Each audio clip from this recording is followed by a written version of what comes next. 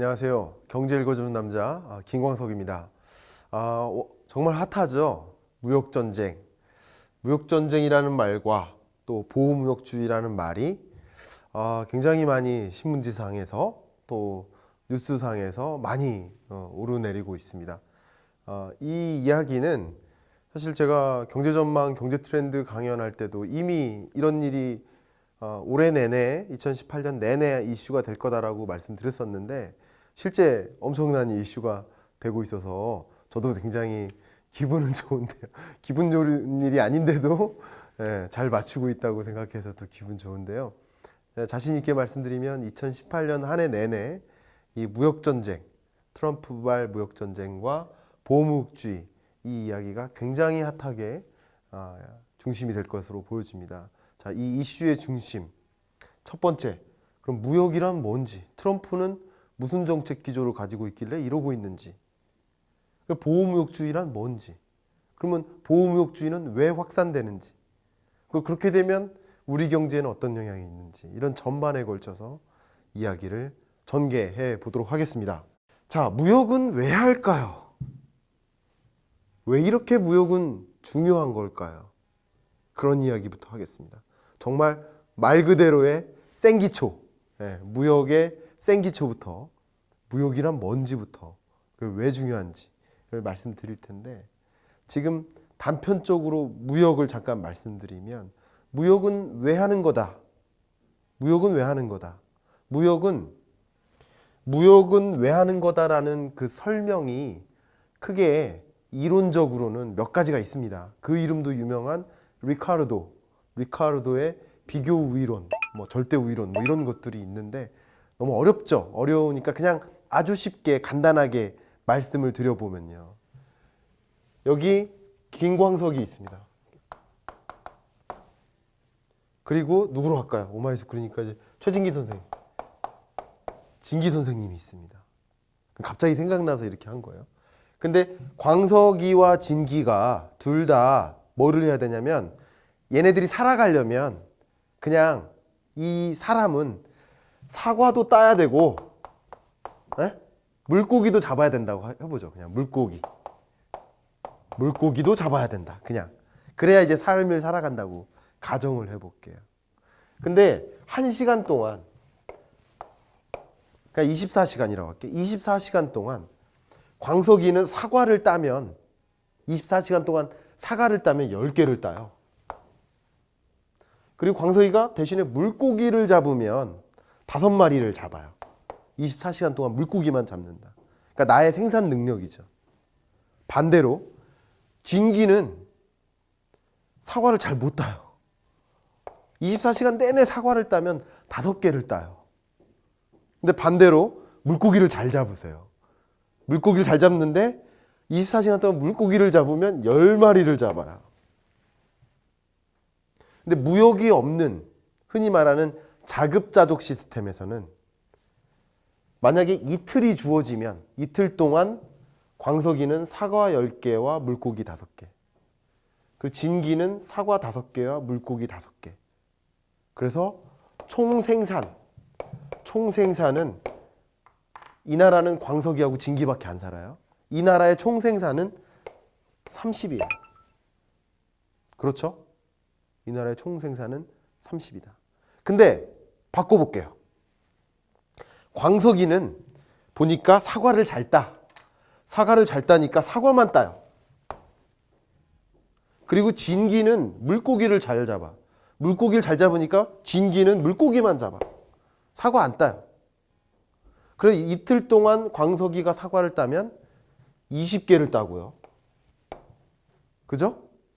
진기가 이틀 동안 물고기를 잡으면 20마리를 잡아요. 만약에 그렇게 하면 그 나라, 광석이와 진기만 사는 나라는 총생산이 40이 돼요. 만약에 내가 굳이 사과도 따고 물고기만 잡는 두 가지를 다 하는 게 아니라 나는 내가 잘하는 일에만 집중하고 진기도 물고기 잡는 일에만 집중한 다음에 나눠 가져가요. 그러면 둘 다 더 잘 살겠죠?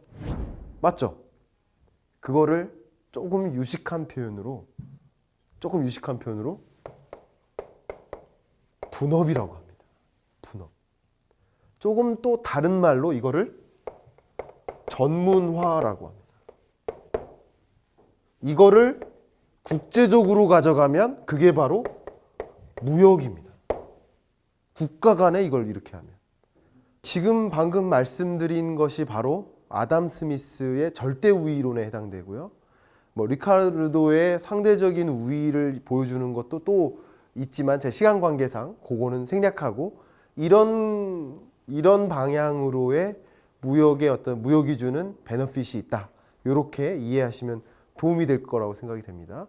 지금 말씀드렸던 현상을 제가 준비한 그림을 통해 보신다면 결국 이 많은 사람들이 생산하는 재화의 종류는 다 다른 거예요. 자기가 주력하는 품목에만 일을 하는 거죠. 그렇기 때문에 직업이 있게 되는 겁니다.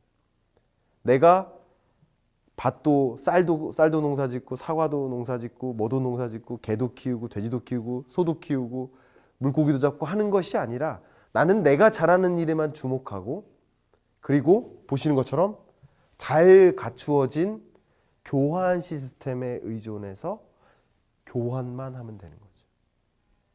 근데 이 교환 시스템이 국제적인 분업이다. 그러면 그게 무역이라고 할 수 있겠습니다. 그게 바로 무역입니다. 그렇기 때문에 무역은 중요합니다. 그리고 무역은 그래서 우리에게 많은 효용을 준다라고 할 수 있습니다. 저 같은 경우도 분업을 좋아합니다. 잠깐 여담으로 넘어오자면 분업은 굉장히 중요하고 앞으로는 더 분업화된 세상 속에 살아갈 거예요. 우리의 삶을 보면 그 직업의 개수를 보면 여러분들도 체감하시다시피 와 이 사람은 이런 식으로도 먹고 사네. 이 사람은 이런 일을 하고도 먹고 사네. 정말 다양한 종류의 직업들이 생겨나고 있어요. 이 이야기는 정말 우리가 하는 종류의 일들을 더 쪼개서 세분화시켜서 그 쪼개진 일부의 일만 하고 나머지는 아웃소싱하는 체제다. 그렇게 보시면 돼요. 예를 들어서 더 전문화될수록 나는 내가 살아가면서 하는 일은 딱 이거밖에 없는 거예요. 심지어는 정말 전문화된 전문가는 고도로 전문화된 전문가는 예를 들어서 운전도 안 하고요. 빨래도 안 하고요. 청소도 안 합니다. 다 누가 운전해주고 스케줄을 누가 챙겨주고 빨래는 누가 해주고 가사도우미가 해주고 밥을 먹여주진 않지만 그런 식으로 정말 수많은 분업화된 일들 중에 나는 하나만을 하면 되고요. 하나만을 하되 대신 그거 하나는요. 정말 잘해야 됩니다. 정말 잘해야 됩니다. 전문화된 세상 속에서는 그 한 가지 일을 택하되 그 일을 최고로 잘해야 됩니다. 그래야 나머지 일을 안 하는 거예요. 철저한 분업을 할 수가 있어요. 근데 내가 어중뛰게 잘해요. 근데 나머지 일도 하면서 이 일을 해야 될 가능성이 있어요. 그렇겠죠? 네, 그런 것들을 생각하시면서 여러분 삶에도 좀 적용해 보셨으면 좋겠습니다. 자, 다시 무역으로 돌아오겠습니다. 지금 보시는 것처럼 무역은 어쨌든 우리에게 큰 효용을 주는구나 이렇게 생각하시면 좋겠습니다. 그런데 무역이 이런 효용을 주기 때문에 무역은 좋은 건데 무역을 해야 되는 상황인데 왜 보호무역을 해요? 보호무역주의는 그럼 뭘까요? 왜 보호무역주의를 할까요? 그것도 한번 말씀드려 보겠습니다. 왜 보호무역을 하는지. 보호무역은 반대로 나 수입 안 하겠다는 건데 서로 수입을 안 하겠다는 게 보호무역주의죠. 왜 보호무역주의가 생겨났을까요? 그런 것들도 한번 설명을 드려보도록 하겠습니다. 그리고 그 보호무역주의가 극심화된 양상으로 서로 보호무역주의를 강력한 보호무역주의를 외치면서 무역전쟁이 시작되는 거죠. 그런 것들도 하나하나 말씀드려보겠습니다. 무역전쟁의 시작은 2018년 1월에 미국이 세탁기와 그리고 반도체에 대해서 한국산 세탁기와 반도체에 대해서 우리 너네 거 수입 안 하겠다. 세이프가드라고 합니다. 그 세이프가드를 설정했습니다. 그러면서 무역 전쟁이 좀 본격화되는 양상이 보여지고 있고요. 또 2018년 3월에 세계 주요국들을 대상으로 철강에 대해서 관세를 이만큼 매기겠다 하면서 무역 전쟁이 본격화되는 과정 속에 있습니다. 특히 제가 글로벌 그 경제 트렌드를 설명할 때 FTA 재협상이 굉장한 이슈가 된다고 했는데, 한미 FTA 개정을 위한 재협상, 나프타 재협상, 이런 다양한 재협상 절차들이 있습니다. 그런 과정 속에서 또 무역 전쟁이 계속 이어질 것이라고 보여집니다. 그런 이야기들도 전개해 드리도록 하겠습니다. 글로벌 보호무역주의가 확산되는 이런 시점에는 역시 한국도 그것에 맞게 대처를 해야 된다 하는 말씀을 드리면서 강의를 본격적으로 시작하도록 하겠습니다. 첫 번째, 자유무역이란 뭐냐? 자유무역주의란 뭐냐? 두 번째, 트럼프의 주요 정책 기조를 간략하게 살펴보도록 하겠습니다. 그걸 봐야만 그 중에서 일부에 해당되는 무역정쟁스러운 그런 정책 기조를 읽을 수 있기 때문입니다. 그래서 보호무역주의가 확산되고 그것에 따라서 무역전쟁이 발생하는 그 전개 과정, 그리고 그것에 따른 어떤 파급 영향, 이런 것까지 설명해 드리도록 하겠습니다. 자, 첫 번째, 왜 무역을 하는가? 왜 무역을 하는가에 대한 답변을 이미 제가 간략하게 보여드렸는데요. 이미 이 경제학의 아버지뻘 되시는 리카르도나 아담 스미스의 어떤 무역을 통한 우위론들을 간략하게 그냥 몇 가지를 이제 보여드렸는데요. 저는 그거보다 더 쉽게 설명을 한번 더 해보도록 하겠습니다. 왜 무역을 하는가?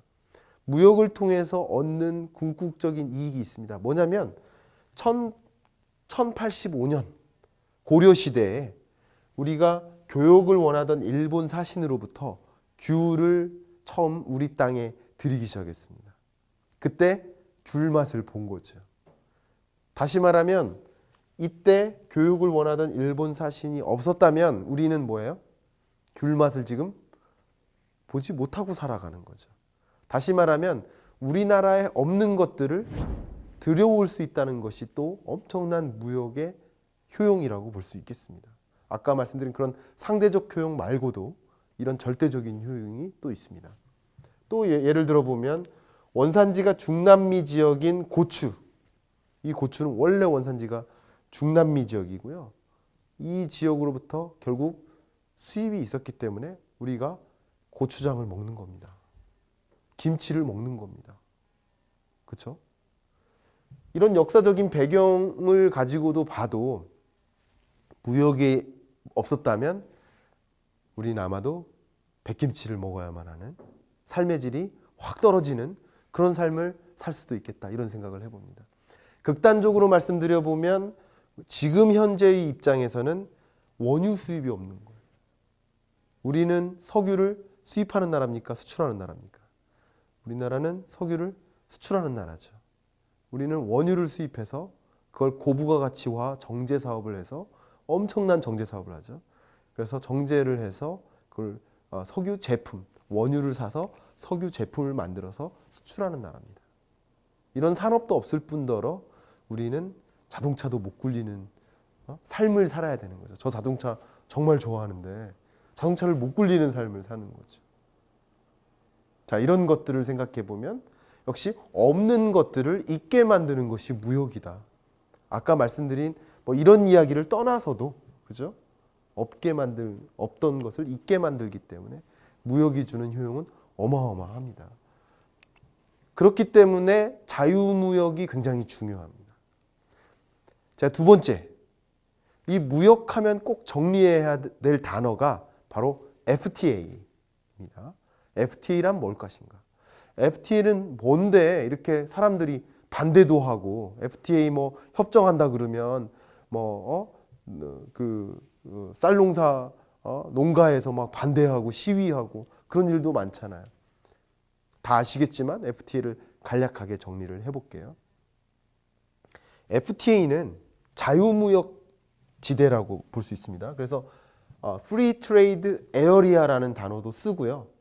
프리 트레이드 어그리먼트, 프리 트레이드를 하겠다 하는 어떤 약속이라는 뜻의 어그리먼트를 쓰기도 하고, 그게 하나의 조약이다, 협정이다 해서 프리 트레이드 어소시에이션이라는 표현을 쓰기도 합니다. 어쨌든 다 FTA예요. 그게 FTA인데 FTA는 왜 하느냐? FTA를 왜 하느냐? 제가 한번 볼게요. 한국이 있습니다. 한국이라는 나라가 있고요. 일본이라는 나라가 있어요. 그 미국이라는 나라가 있습니다. 그냥 이렇게 단정져 보겠습니다. 제가 한번 생각해 볼게요. 근데 만약에 한국도 자동차를 수출하고 미국에 수출하고 일본도 자동차를 수출해요. 근데 그냥 가정이 우리나라 현대자동차 뭐 예를 들어서 소나타가 뭐 100원이에요. 100원. 그리고 일본의 도요타 자동차가 역시 100원이에요. 근데 미국에 수입될 때는 이 100원에 플러스 관세가 붙어서 수입이 돼요. 그죠? 관세를 그냥 아주 쉽게 계산하기 위해서 10%다라고 해볼게요. 10%다. 그러면 미국에 들어올 때 110원이 되는 거죠. 역시 도요타 자동차도 110원이 돼요. 그런데 만약에 미국이 일본하고 FTA를 체결해요. FTA를 이렇게 체결합니다. 체결하고 나면 결국은 야, 우리끼리는 서로 수출입할 때 관세 없이 수출하자 이거예요. 우리 무관세로 수출하자. 무관세로 수입 수출하자라는 얘기는 결국 자국 내에서 거래하는 것처럼 거래하자 라는 이야기예요. 그게 FTA 기조입니다. 그러니까 관세를 없애면 수출입이 더 늘겠죠. 예, 그러니까 자유무역주의라고 볼 수 있겠습니다. 그러니까 자유무역 지대를 형성하는 겁니다. 형성하면 이 나라와 이 나라 간에는 관세가 없어지니까 110원이 아니라 이게 100원이 되는 거예요. 그러면 우리나라는 자유무역 FTA를 체결 안 하고 일본은 체결을 하면 우리나라는 결국 자동차를 110원에 파니까 수출의 경쟁력이 떨어지는 겁니다. 더 정확히 얘기하면 수출의 가격 경쟁력이 떨어지는 겁니다. 그러면 만약에 지금 FTA가 전 세계적으로 엄청나게 확산되고 있습니다. 지금 FTA 개수가 아마 제 기억에 한 450여 가지가 있는데요. 그럼 FTA가 다 저마다 체결되고 있는데 우리나라는 FTA를 체결하지 않아요. 만약에. 그러면 우리나라는 수출할 게 없어지죠. 우리나라의 수출길은 막히는 겁니다. 물론 한국과 미국 간에 FTA를 체결하면 물론 지금은 어떤 특정 조약 때문에 뭐 쌀 수출을 금지한다든지 몇 가지 조항들이 있지만 철저하게 FTA를 체결하면 한국과 미국은 다른 나라가 아니라 수출이라는 측면에서 하나의 나라가 됩니다. 그러면 미국에서 생산되는 쌀, 캘리포니아 쌀 정말 고소하고 맛있습니다. 품질 정말 좋습니다. 더 과학적인 영농과 더 좋은 기후 환경 속에서 더 좋은 품질의 제품들이 자라기 때문에 쌀이 굉장히 맛있습니다. 그리고 심지어 더 쌉니다. 왜요? 대량 생산하잖아요. 비행기로 저기 비료 주고 하잖아요. 어디 우리 인건비 높은 나라에서 인건비 들여서 비료 주는 거하고 비교가 됩니까? 과학적인 영농을 하니까 싸요. 그러면 쌀 가격이 3분의 1 되는데 그 맛있는 쌀이 3분의 1 가격으로 우리나라에 수입되면 어떻게 됩니까? 우리나라 쌀농가 다 망하죠. 다 망합니다. 그러니까 우리 쌀 산업은 좀 보호해 주세요라고 조약에 들어가는 거고요. FTA를 체결하되 그것만큼은 안 됩니다 하고 조약을 하는 겁니다. 단서 조항이 있는 겁니다. 그리고 FTA를 체결할 때 그렇게 여러 산업에서 이슈화가 됩니다. 특히 우리나라에서 상대적으로 경쟁력이 없는 산업, 그런 경우 그나마 관세를 붙여서 우리가 살 수 있었는데 관세를 붙이니까 우리의 자국의 제품의 경쟁력이 떨어지니까 갈 길이 없어지죠. 그런 경우 안 된다. 대표적인 곳이 예를 들어서 한우농가 굉장히 반대하죠. 야, 미국산 소고기 저는 개인적으로 뭐 이렇게 그런 어떤 선호를 말씀드릴 수는 없지만 이 청정 지역에서 풀어놓고 막 뛰어다니는 소하고 전 가둬놓고 자라는 소하고 저는 개인적으로 청정 지역에서 자라는 소를 더 좋아하기도 합니다. 개인적으로. 그래서 호주 소나 미국 소를 더 좋아하기도 합니다. 개인적으로는. 개인적인 취향이니까. 근데 더 싸죠. 만약에 품질마저 좋다면 지금은 소비자의 인식된 품질은 한우가 더 높아요.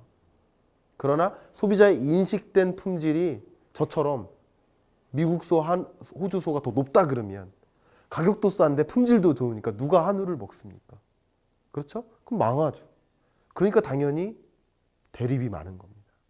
대립이. 그런데 자, 이것도 이제 찬반 양론이 굉장히 강합니다. 근데 저의 기조는 FTA가 필요하다는 기조예요. 반대하는 입장도 굉장히 많습니다. 아까 그런 여러 가지 이유에서 반대합니다. 근데 저는 왜 필요하다, 그리고 이거를 더 권장해야 된다 하는 그 근본적인 이유는 마치 님비 현상과 같아요. 님비 현상. 님비 현상은 not in my yard. 오케이, 다 좋아. 쓰레기 처리장 필요해. 쓰레기 처리장이 필요하다는 말에 동의하지 않는 사람이 있습니까? 쓰레기 처리장 필요하잖아요. 그러나 not in my yard. 우리 집 앞에는 안 되는 거죠. 저도 싫죠. 우리 집 앞에는 안 되는 거죠. 그러니까 그런 현상인 건데, 지금은 이때는 야, 쓰레기 처리장을 설치할 거냐 말 거냐를 결정하는 고민이 아니에요. 그 고민이 필요한 게 아니에요. 쓰레기 처리장은 필요한 거예요. FTA는 필요한 거예요. 이런 관점에서. 필요하되 쓰레기 처리장을 도입하면 우리 전체의 효용이 올라가죠. 그러나 not in my yard. 이 집 앞에 쓰레기 처리장이 설치된 그 지역 주민들은 효용이 더 떨어질 수 있죠. 그러면 전체적으로 늘어난 효용을 줄어든 효용을 갖게 되는 집단한테 분배한다. 그럼 어떻게 전체적으로 늘어난 효용을 효율적으로 분배할 수 있을까에 고민을 기울여야 돼요. 어떻게 하면 우리가 갖게 된 전체적인 효용을 가지고 상대적으로 효용을 못 본, 마이너스 효용을 본 집단들에게 우리가 전체적으로 얻은 베너핏을 옮겨줄 수 있을까? FTA를 통해서 우리가 갖게 된 궁극적인 효용을, 우리 경제적인 큰 효용이 있잖아요. 주로 자동차 팔아서, 철강 팔아서, 전자제품 팔아서 더 많이 파니까 큰 효용이 나오잖아요. 그러나 이런 FTA 때문에 충격을 받을, 위협을 받을 업종들이 있잖아요. 그 업종들에게 그 전체적으로 얻은 그 효용의 일부를 공정하게 배분해주는 시스템을 만드는 거, 그거에 집중을 해야 되지 FTA가 필요하다 말다에 집중을 하면 안 된다 라는 것, 이건 저 개인적인 생각입니다.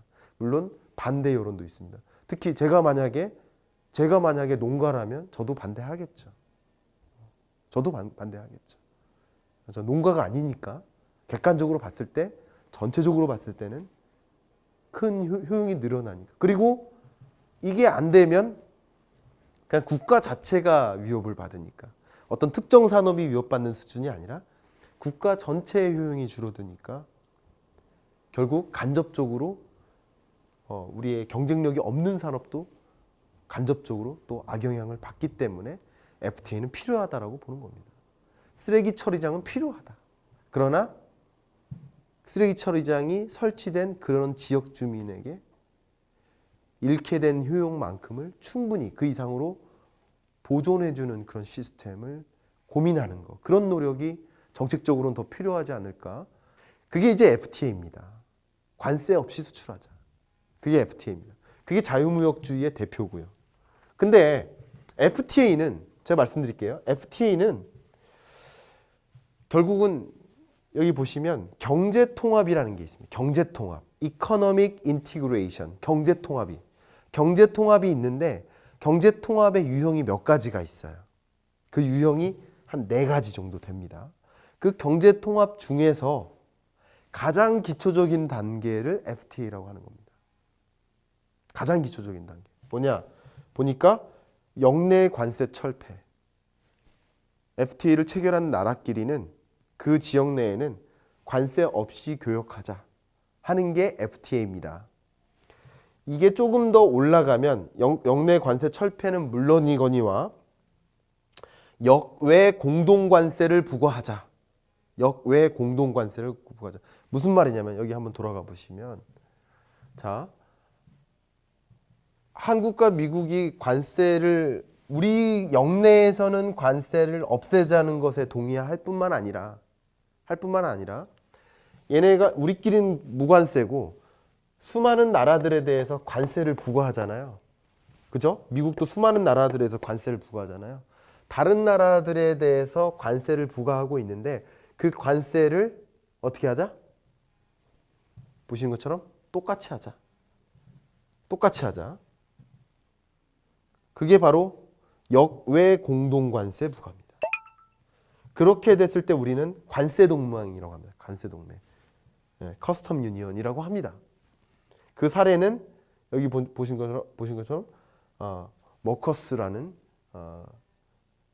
관세동맹이 이미 적용된 지역이 있습니다.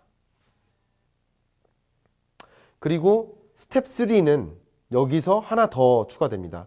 영내 생산 요소의 자유로운 이동을 보장하는 것. 그러니까 이거를 이제 공동시장이라고 합니다. 커먼 마켓.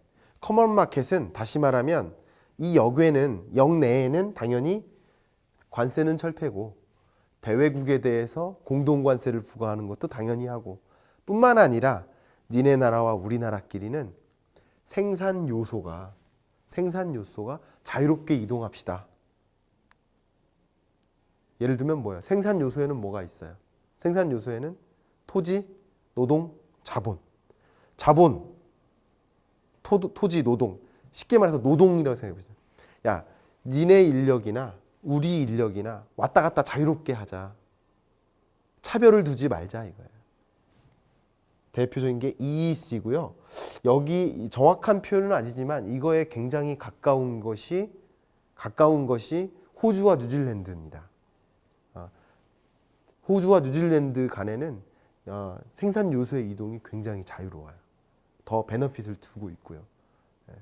그러니까 예를 들면 우리가 다른 나라에서 일하려면 어떻게 돼요? 워킹 비자를 받아야 되죠.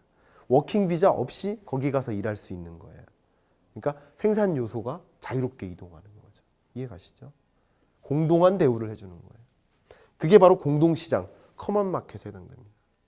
마지막으로 거기에 플러스 뭐를 더하느냐? 플러스 초국가적 기구를 설치한다. 초국가적 기구. 이건 무슨 말이냐면 심지어는 여기에는 표현이 없지만 영내 공동 경제 정책 수행하고 초국가적 기구를 설치한다. 이 얘기는 뭐냐면 흔히 말하는 통화마저 일치시키는 거예요. 통화. 대표적인 예가 바로 EU입니다. EU. EU보단 조금 더 정확한 게 유로존이죠. 유로존은 뭐예요? EU에서 또 유로존이 따로 있죠. 유로를 사용하는 나라들이죠. 예를 들면 스위스는 EU입니다. EU. 스위tzerland. 스위스는 EU에 해당돼요. 그러나 유로존에는 안 들어갑니다. 왜냐하면 스위스는 스위스 프랑을 쓰니까. 그렇죠? 다릅니다.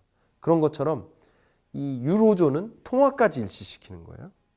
그리고 통화까지 일치시키니까 영내 공동경제 정책을 수행한다. 이게 무슨 말이냐면 유로존이 있으니까 각 국가마다 센트럴 뱅크, 중앙은행이 있겠지만 유로존의 유로의 통화 정책을 결정하는 유럽 중앙은행을 또 따로 두고 있습니다. 그게 바로 이런 뜻이에요. 그리고 만약에 여기서 한 단계 더 나아가서 정치까지 일치시킨다. 플러스 정치. EU에서 정치까지 일치시킨다. 정치까지 일치시킨다는 얘기는 EU의 대통령을 뽑을 수도 있겠죠. EU 대통령. 그러면 그제서는 그 EU는 한 나라가 되는 겁니다. 이제. 그게 경제통합의 단계예요. 경제통합의 단계인데 이 FTA는 그 경제 통합의 단계에서 가장 기초적인 경제 통합에 해당된다. FTA를 정확히 이제 이해하시게 될 겁니다. 그렇죠? 이해하셨죠? 그게 FTA입니다. FTA를 뭐 반대하고 찬성하고 그거는 여러분 자유입니다. 그러나 그 내막은 정확히 아실 필요가 있고 저의 주장은 뭐 저의 주장일 뿐이지 반드시 동의하시라고 말씀드리는 것은 아닙니다. 반대하는 입장도 굉장히 많기 때문에 그렇죠? 이렇게 FTA를 이해하시고 결국 이것은 자유무역주의를 대표하는 단어다. 이렇게 이해하시면 좋겠습니다. 근데 이 FTA가 엄청나게 확산되고 있고 FTA가 확산되는 과정에서 우리가 FTA를 자체를 체결하지 않으면 우리나라는 역차별을 받을 수 있고 어쩌면 고립경제에 가까운 나라가 되는 겁니다. 그럴 수밖에 없는 거죠. 상대적인 자본주의적인 고립경제를 취하는 것과 비슷한 상황이 되는 거죠. 한국은 특히 자유무역주의가 중요합니다. 왜 중요하냐면 한국은 한국의 경제 구조가 워낙 수출에 의존적인 나라죠. 여기 보시는 것처럼 G20 국가별 수출 의존도를 보시면 우리나라 두 번째입니다. 우리나라보다 수출 의존도가 높은 나라는 독일밖에 없어요. 그러니까 우리나라의 경제 규모에서 수출이 차지하는 비중이 어마어마합니다.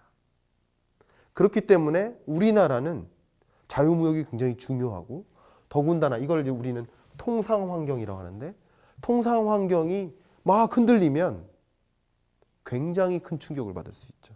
왜냐하면 수출이 우리나라 GDP에서 차지하는 비중이 굉장히 크니까 수출이 큰 흔들림을 겪으면 우리나라의 경제도 같이 흔들릴 여지가 많은 상황이라는 거죠. 수출의 굳이 반대말은 내수죠, 내수. 그 내수가 수출은 침체되는데 내수라도 이렇게 살아나면 버티겠지만 내수가 이렇게 부진한 상황 속에서 수출이 침체면 우리나라 경제는 큰 위기를 맞을 수밖에 없죠. 그렇기 때문에 통상환경은 굉장히 중요하고 이렇다는 이야기는 우리나라의 기업들이 상당히 수출 의존적이라는 건데 통상환경의 변화는 기업들이나 우리 국가적으로나 굉장히 관심 있게 기울여야 할 그런 중요한 요소다라는 것을 말씀드립니다. 그런데 그 통상환경이 변화하고 있는데요. 보시는 것처럼 우리나라는 G2에 대한 수출 비중이 이렇게 늘어나고 있습니다. G2 하면 중국 그리고 미국, 굳이 말하면 미국, 중국이죠. 미국과 중국에 대한 수출 의존도가 이렇게 늘어나고 있습니다.